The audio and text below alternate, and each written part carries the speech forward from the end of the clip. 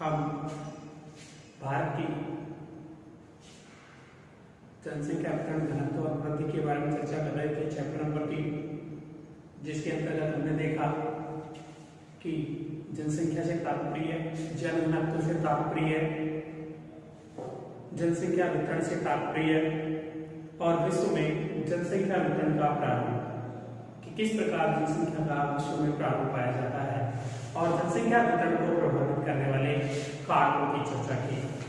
आगे हम जनसंख्या महाजन समूह के बारे में चर्चा करेंगे कि विश्व में जो जनसंख्या समूह पाए जाते हैं मुख्य रूप से कौन कौन से हैं और किस प्रकार विभाजित किए जाते हैं।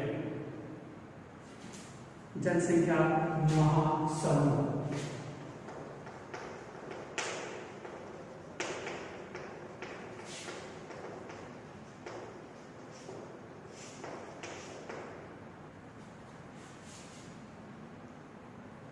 ऐसे विशाल जनसमूह जो नगरीय और उपनगरीय क्षेत्रों की जनसंख्या के आपस में संलग्न होने से निर्मित होते हैं। ऐसे जनसमूह जो नगरीय और उपनगरीय दोनों को सम्मिलित किया गया है, नगरीय और उपनगरीय दोनों को सम्मिलित रूप से संलग्न करने पर जो निर्मित होते हैं उन्हें महाजनसंख्या समूह की संज्ञा दी गई है। जनसंख्या महासमूह कहलाता है। विश्व की जो 80% जनसंख्या है वो 4 महाजन समूहों में निवास करती है। देखिए, जनसंख्या महासमूह एक तरफ तो महानगर और इसके अलावा उपनगर दोनों की सम्मिलित जनसंख्या से निर्मित जो समूह होगा, महानगर और उपनगर दोनों की जनसंख्या को मिलाकर जो दोनों की जनसंख्या से निर्मित समूह होगा उसको महाजन समूह की संज्ञा दी गई। और विश्व के जो महाजन समूह है उनको मुख्य रूप से 4 भागों में विभाजित किया गया, जिनमें पहला एशियाई जनसमूह, दूसरा यूरोपीय जनसमूह, तीसरा अमेरिका जनसमूह और चौथा अफ्रीका जनसमूह। जिसमें पहला है एशियाई जनसमूह।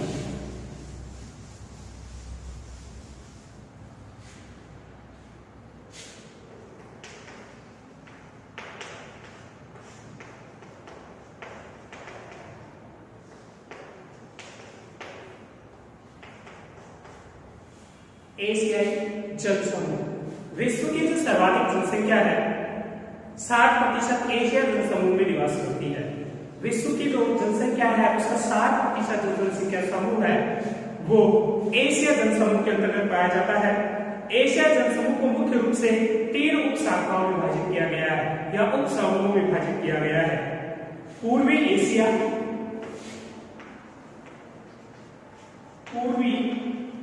एशिया, दूसरा है दक्षिण पूर्वी एशिया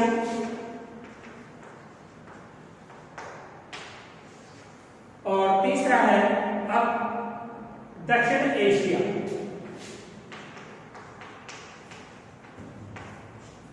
तीन जनसमूहों में विभाजित किया गया है। एशिया जनसमूह को 3 उप समूह में विभाजित किया गया है। पूर्वी एशिया जिसके अंतर्गत चीन, जापान और कोरिया 3 देशों को सम्मिलित किया गया है। चीन, जापान और कोरिया।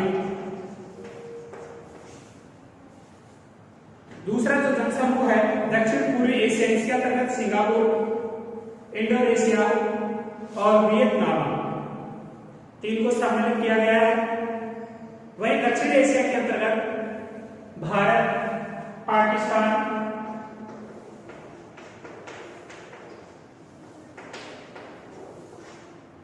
और बांग्लादेश को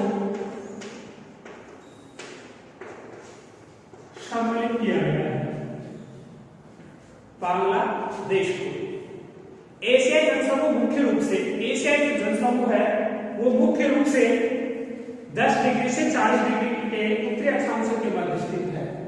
एशियाई जनसमूह 10 डिग्री से 40 डिग्री उत्तरी अक्षांश के मध्य स्थित है।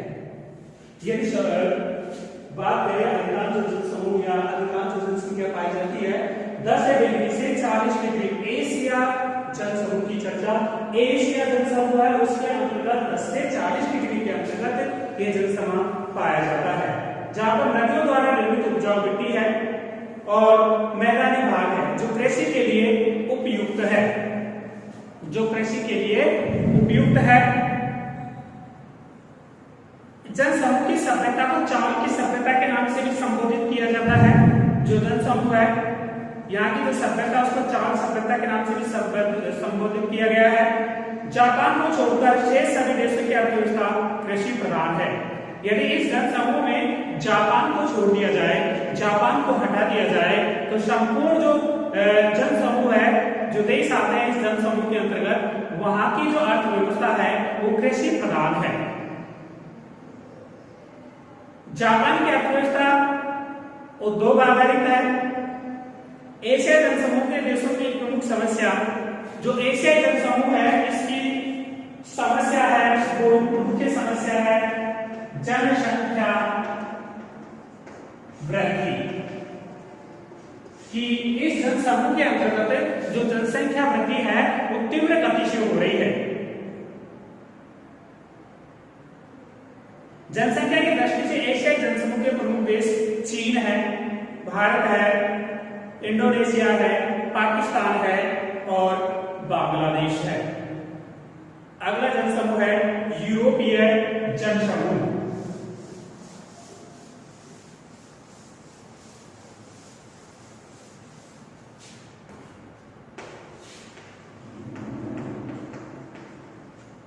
यूरोपीय जनसमूह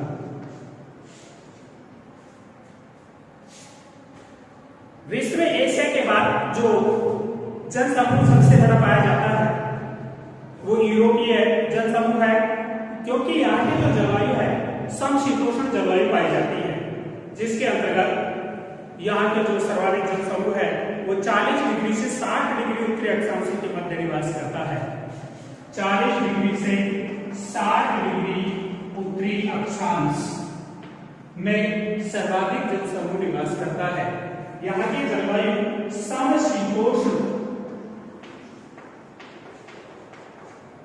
समशीतोष्ण पाई जाती है।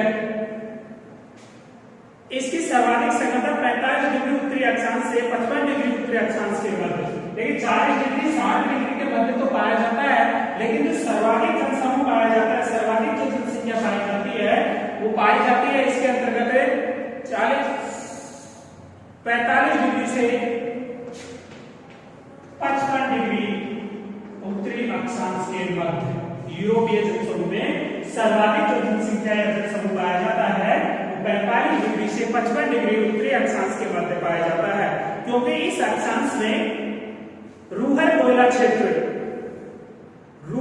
क्षेत्र पेटी जर्मनी के सहारे स्थित है, जिसके कारण अधिक खाने पाई जाती है और अधिक खाने या अधिक वहां पर रोजगार के साधन उपलब्ध होने के कारण वहां पर अधिक जनसंख्या निवास करती है। 50 डिग्री उत्तरी अक्षांश के सहारे ब्रिटेन से लेकर रूस के डोनेट देशक तक फैली हुई जनसंख्या बेल्ट को यूरोप की जनसंख्या भूमि भी कहा जाता है। यूरोपीय जनसमूह के सभी देश विकसित देशों की श्रेणी में आते हैं। यूरोप देश के जो जनसमूह है, सभी जो जनसमूह है विकसित देश या विकसित समूह की श्रेणी में आते हैं। इसलिए यहाँ की सभ्यता को औद्योगिक सभ्यता भी कहा जाता है। यूरोप की जो सभ्यता है इसको इसलिए भी विकसित होने के कारण औद्योगिक सभ्यता भी कहा जाता है। यूरोपीय जनसमूह का 70% अधिक भाग है, 70% से अधिक भाग है जो नगरों में निवास करता है। यहाँ पर जो जनसंख्या पाई जाती है उसका 70% से अधिक भाग है वो नगरों में निवास करता है। यहाँ प्रति व्यक्ति आय अधिक है और जीवन स्तर ऊंचा पाया जाता है तथा जनसंख्या वृद्धि दर स्थिर अवस्था में है। जनसंख्या की दृष्टि से यूरोपीय जनसमूह के प्रमुख देश क्रमशः रूस सर्वाधिक है, जर्मनी, ग्रेट ब्रिटेन और फ्रांस है। तीसरा है अमेरिकी जनसमूह।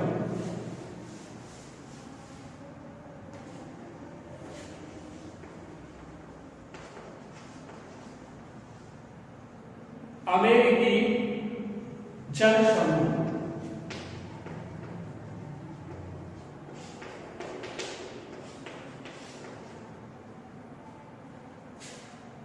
इसके अंतर्गत अमेरिका का उत्तरी पूर्वी भाग, कनाडा के पूरे तटीय क्षेत्र सम्मिलित है। यह विश्व की सबसे नवीन और विकसित जनसमूह है। जो अमेरिकी जनसमूह है यह विश्व का सबसे नवीन और विकसित जनसमूह है। इस जनसमूह की 80% जनसंख्या 30 डिग्री से 45 डिग्री उत्तरी अक्षांश के मध्य निवास करती है। जो अमेरिकी जनसमूह है इसकी 80% जनसंख्या 30 डिग्री से 45 डिग्री उत्तरी अक्षांश के मध्य निवास करती है। 100 डिग्री पश्चिमी देशांतर के पूर्व में निवास करती है। 100 डिग्री पूर्व देशांतर अमेरिका जनसंख्या विभाजन रेखा कहलाता है।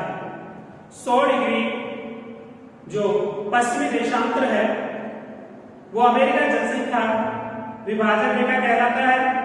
अमेरिका जनसमूह की कुल जनसंख्या का 90% यूरोप से आए हुए प्रवासी लोग हैं।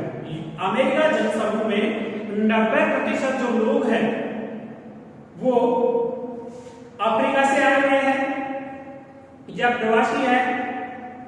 लगभग 75% लोग नगरों में निवास करते हैं और यहाँ पर 75% जो लोग हैं वो नगरों में निवास करते हैं। जनसंख्या की दृष्टि से देश में क्रम सैकड़ा जमैका, ब्राजील, अर्जेंटीना और कनाडा है।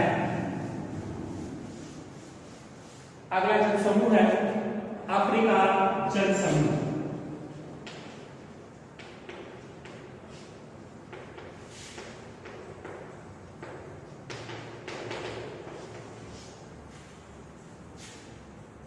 अफ्रीका के धरातल का 70% से अधिक भूभाग रेगिस्तानी आबाद और समतल वनों से घिरा हुआ है। अफ्रीका के धरातल का 70% भाग है वो रेगिस्तान और गैर आबाद अर्थात वहां पर जहां जनसंख्या निवास नहीं करती है और सघन वनों से घिरा हुआ है। केवल 30% भाग पर ही जनसंख्या निवास करती है। 100 में से 70% भाग है वो रेतीला रेगिस्तानी वन घिरे क्षेत्र है, जबकि 30% क्षेत्र पर जनसंख्या निवास करती है। मात्र 30% क्षेत्र पर।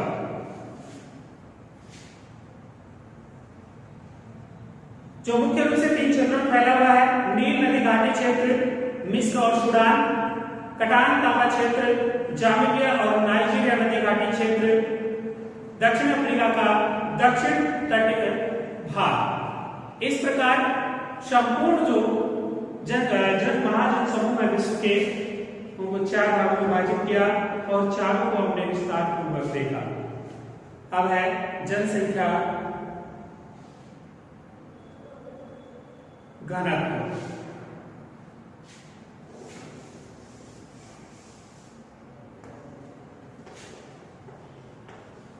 जनसंख्या घनत्व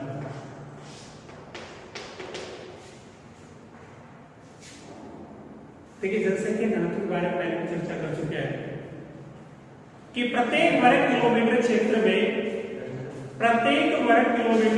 में निवास करने वालों की जो लोगों की संख्या है उसको हम जनसंख्या घनत्व के अंतर्गत रखते हैं या जनसंख्या घनत्व कहते हैं। जनसंख्या घनत्व किसी भी प्रदेश की उन्नति और भावी विकास को अनुमानित करता है। किस प्रदेश की जनसंख्या है वो भावी किस प्रकार विकास हुआ है, किस प्रकार होगा या किस प्रकार उन्नति हुई है उसको प्रदर्शित करता है। प्रत्येक वर्ग किलोमीटर 1 किलोमीटर क्षेत्र में, जैसे ये क्षेत्र है इसके अंतर्गत संपूर्ण क्षेत्र की बात करें, इसके अंतर्गत प्रत्येक इस क्षेत्र के अंतर्गत निवास करने वाले लोगों की जो संख्या है हो सकता है 100, 200 कितनी भी हो सकती है।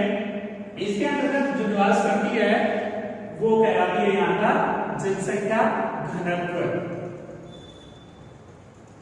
जनसंख्या घनत्व के भिन्न प्रकार बताए गए हैं और बताया गया है कि भिन्न जो कार्य है या भिन्न जो प्रकार है वो अलग अलग क्षेत्रों में इनका उपयोग किया जाता है।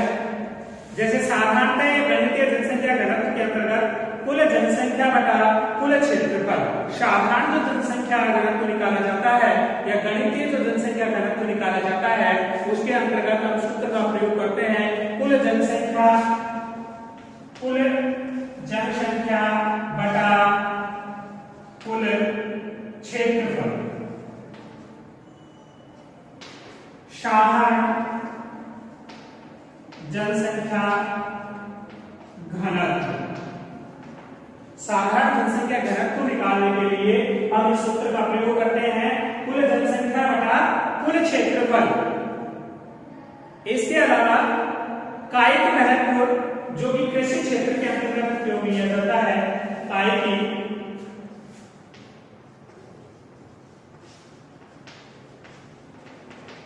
जनसंख्या घनत्व, जिसका सूत्र है कुल जनसंख्या बटा कुल कृषि भूमि क्षेत्र, कुल जनसंख्या बटा कुल कृषि क्षेत्र।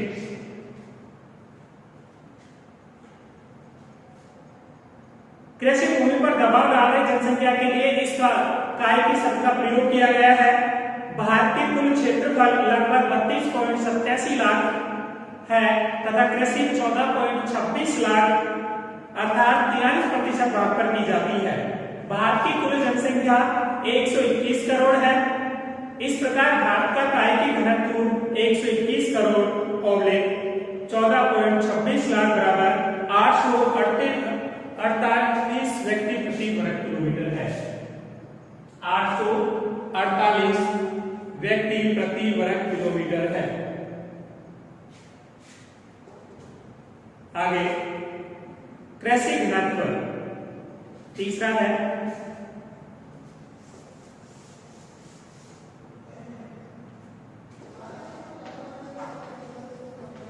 कृषि घनत्व। कृषि घनत्व के लिए भी कुल कृषक जनसंख्या बटा कुल कृषि भूमि क्षेत्र, कुल कृषक संख्या बटा कुल कृषि भूमि क्षेत्र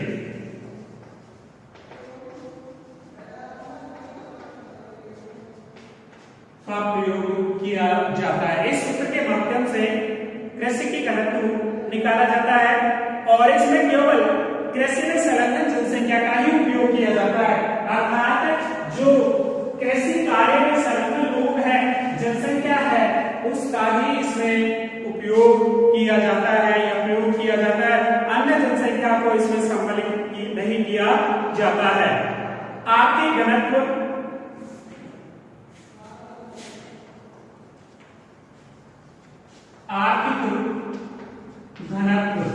बराबर कुल जनसंख्या बटा कुल संसाधन, कुल जनसंख्या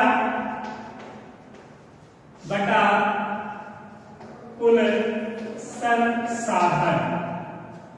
इसके माध्यम से आर्थिक घनत्व निकाला जाता है। पोषण घनत्व कुल जनसंख्या बटा कुल खाद्यान्न क्षेत्र, पोषण घनत्व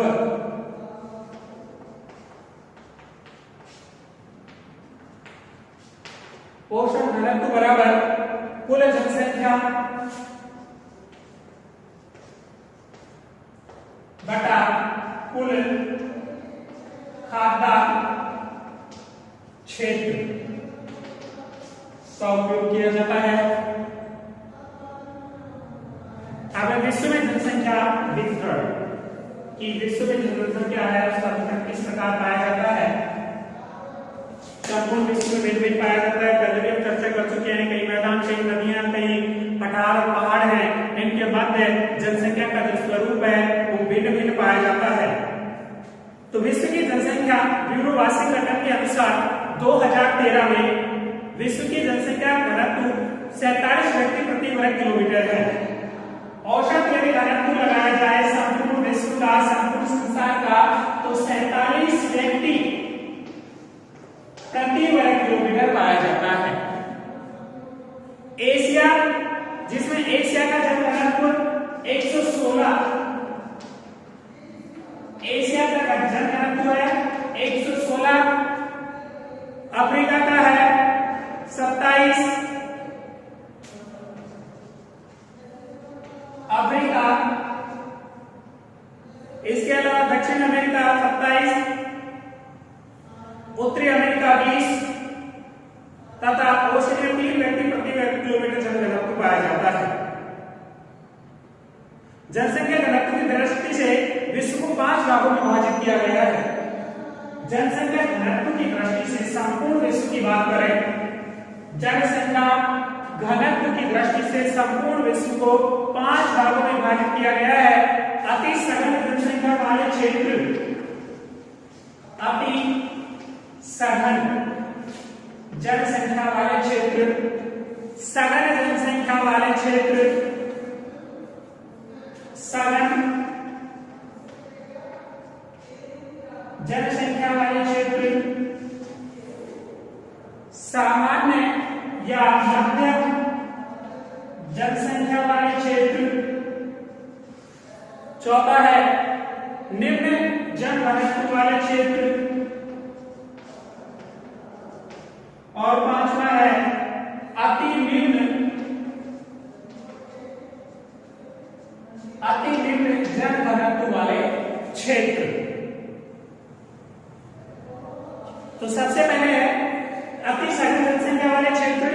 जिन क्षेत्रों में जनघनत्व 250 व्यक्ति प्रति वर्ग किलोमीटर से अधिक पाया जाता है, जनघनत्व है 250 व्यक्ति प्रति वर्ग किलोमीटर से अधिक पाया जाता है, जिन क्षेत्रों में उनको अति सघन जनसंख्या वाले क्षेत्र या जनघनत्व के अंतर्गत रखा जाता है।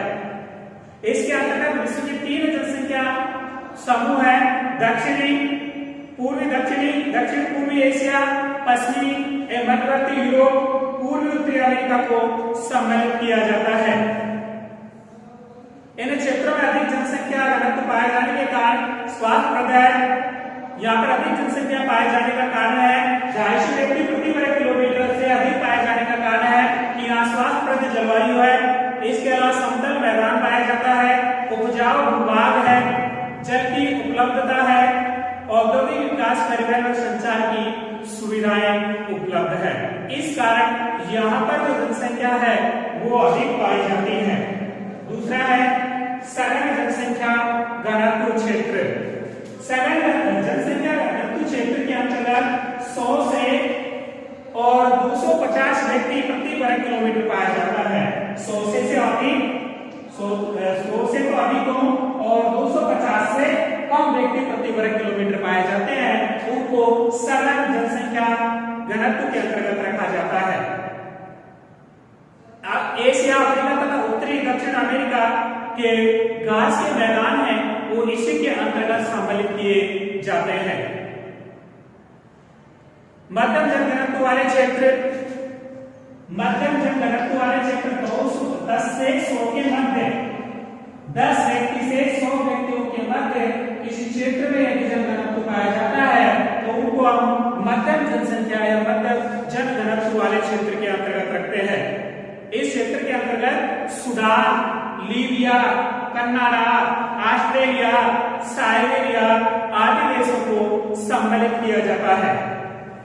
अति निम्न या जनविहीन जनघनत्व वाले क्षेत्र 1 से 10 व्यक्ति, कम से कम 1 और अधिक से अधिक 10 व्यक्ति वाले क्षेत्र जिनमें पाया जाता है प्रति वर्ग किलोमीटर 1 किलोमीटर के अंतर्गत 1 से 10 व्यक्ति पाए जाते हैं, उनको अति निम्न या जनविहीन क्षेत्र जन समूह के अंतर्गत रखा जाता है। इसके अंतर्गत शीतल प्रदेश जैसे टुंड्रा है, अति शुष्क प्रदेश इसके अंतर्गत सम्मिलित किए जाते हैं। अब जनसंख्या घनत्व को प्रभावित करने वाले कारक, कि जनसंख्या घनत्व है उसको कौन कौन से कारक हैं जो प्रभावित करते हैं।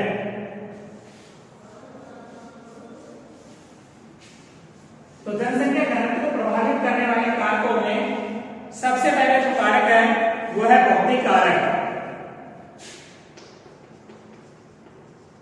भौतिक कारक।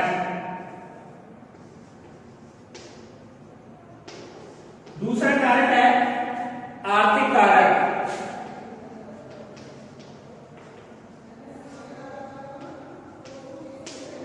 और तीसरा कारक है इसके अंतर्गत राजनीतिक कारक।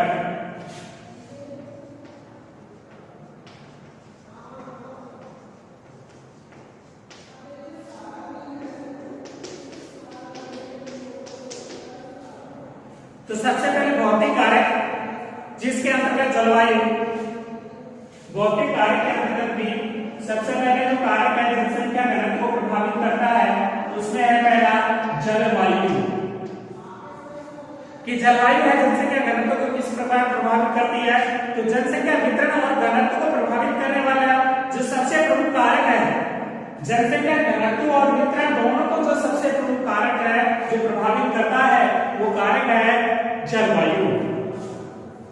भूमध्य सागर प्रदेश समशीतोष्ण जलवायु पाई जाती है, जिसके कारण भूमध्य सागरीय प्रदेश में समशीतोष्ण जलवायु पाई जाती है, जिसके कारण प्रारंभ से ही वह मानव विकास या मानव निवास करता है। इसके विपरीत कांगो है, अमेजन है, बेसिन है, मंगोलिया है, सहारा है, अंटार्कटिका है आदि क्षेत्र में प्रतिकूल जलवायु पाई जाती है, जिसके कारण वहां पर जो जनसंख्या है वो निम्न या कम पाई जाती है। उच्चावच जलवायु के अंतर्गत जो दूसरा कारक, भौतिक कारक के अंतर्गत जो दूसरा कारक है वो है उच्चावच। कि उच्चावच किस प्रकार जन घनत्व या जनसंख्या घनत्व को प्रभावित करता है। प्रत्यक्ष रूप से धरातल की जो बनावट है किसी प्रदेश की आर्थिक उन्नति की सीमा निर्धारित करती है। अर्थात किसी भी प्रदेश की जो धरातल बनावट है, वहां का जो धरातल है वहां के जो प्रदेश की उन्नति या धरातल उन्नति को सीमांकित करती है या उसकी सीमा निर्धारित करती है, जिसमें विश्व की अधिकांश जनसंख्या शीतोष्ण कटिबंधीय प्रदेशों में पाई जाती है। लोग वहां पर समतल मैदान और उपजाऊ मैदान वाले क्षेत्रों में अधिक बसना प्रारंभ करते हैं या अधिक बसना पसंद करते हैं। जल आपूर्ति, जल की प्राप्ति जनसंख्या वितरण तथा घनत्व दोनों को प्रभावित करती है। यही कारण है कि नदी घाटियां विश्व की प्राचीनतम सघन बसे हुए क्षेत्र है। जल का उपयोग घरेलू कार्य, औद्योगिक कार्य और सिंचाई आदि में किया जाता है। अर्थात जहां पर जल की आपूर्ति हो जाती है वहां पर जनसंख्या घनत्व अधिक पाया जाता है। तो हम ये कह सकते हैं कि जनसंख्या घनत्व को प्रभावित करने में जल की आपूर्ति भी अत्यधिक महत्वपूर्ण है, क्योंकि प्राचीन सभ्यता में जितने भी सभ्यताएं हुई है उनके अंतर्गत मानव ने जहां भी अपना निवास किया है वो नदी के आसपास ही किया है, या जलापूर्ति जहां प्राप्त होती थी वही उन्होंने अपना निवास किया है। मृदा, उपजाऊ भूमि वाले समतल मैदानों में, उपजाऊ भूमि समतल मैदान है, वहां पर खाद्यान्न आपूर्ति के लिए, अपनी आवश्यकताओं की पूर्ति के लिए इन्होंने वहां पर पसंद किया रहना। इसलिए मैदानी भागों में अर्थात उपजाऊ मृदा जहां पर पाई जाती है वहां पर जनसंख्या घनत्व भी अधिक पाया जाता है या सघन जनसंख्या वहां पर पाई जाती है। अगला है आर्थिक कारक। क्या आर्थिक कारक है वो किस प्रकार जनसंख्या घनत्व को प्रभावित करता है। जिसमें पहला है खनिज। पहले इसके बारे में चर्चा कर चुके हैं कि खनिज किस प्रकार प्रभावित करता है।